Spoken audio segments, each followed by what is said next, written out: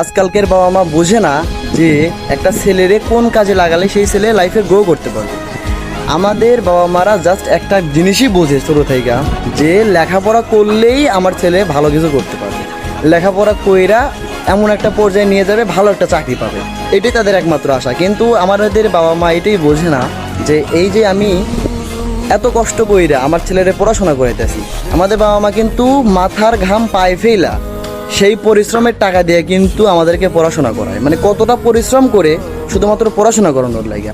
আর আমাদের বাবা মারা যদি এটা না করতো, পড়াশোনার পিছনে টাকাগুলো খরচ না কইরা যদি আমাদের নিজের পছন্দের কাজের প্রতি, মানে যেটা করতে আমাদের ভালো লাগে এটার জন্য টাকা খরচ করতো। যেরকম অনেক ছেলে আছে দেখবেন অনলাইনে কোর্স করতে আগ্রহী, ফ্রিল্যান্সিং কোর্স করতে আগ্রহী, কেটারিং শিখতে আগ্রহী, কেউ দেখবেন আপনার ফেসবুক মার্কেটিংয়ে আগ্রহী, অনেক বিষয় আছে এগুলোতে আগ্রহী। তো এইগুলোতে যদি তাদের বাবা মা টাকা পয়সা ইনভেস্ট করতো ওই ছেলেদের পিছনে, বেশি না লেখাপড়ার পিছনে কিন্তু আমাদের বাবা মা লাখ লাখ টাকা ইনভেস্ট করতে আছে, প্রায় 20 বছরের মতো লেখাপড়া করা লাগে, 20 বছরের বেশি পাই, 25-26 বছর চলে যায় লেখাপড়া করতে।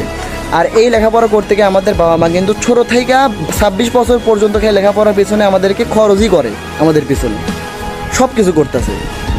কিন্তু একটা কোর্স করতে সর্বোচ্চ 1 থেকে 2 বছর আর সর্বোচ্চ 50,000 টাকা খরচ হতে পারে, তাও সন্দেহ। আর এই টাকার জন্য কিন্তু একটা ছেলের ভবিষ্যৎ কিন্তু হয়ে যেতেছে ভাই, ভবিষ্যতে ভালো কিছু হয়ে যেতেছে। কিন্তু আমাদের বাবা মা এটাই বোঝে না যে টাকাটা কোন জায়গায় খরচ করা উচিত, কোন জায়গায় খরচ করা উচিত। খালি পড়াশোনার পিছনে টাকা খরচ করলেই যে আপনার ছেলে ভালো কিছু করবে এমন না।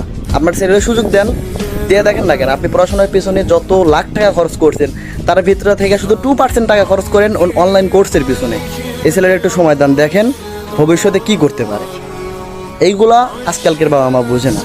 সিম্পলি মানে কিছু টাকা দিলে কিন্তু হয়ে যাচ্ছে, ছেলের ভবিষ্যৎ হয়ে যাচ্ছে, কিন্তু এই টাকাটাই তারা দিতে চায় না। তারা ভাবে যে আমার ছেলে এগুলো কইরা কিছু হবে না, কিছু করতে পারে। তাই খুবই কষ্টের বিষয়, কারণ আমাদের বাংলাদেশের অধিকাংশ ফ্যামিলির বাবা মাই হচ্ছে মূর্খ, তারা বুঝে না। এটা বলতেই হবে, কষ্টের সাথে বলতেই হবে।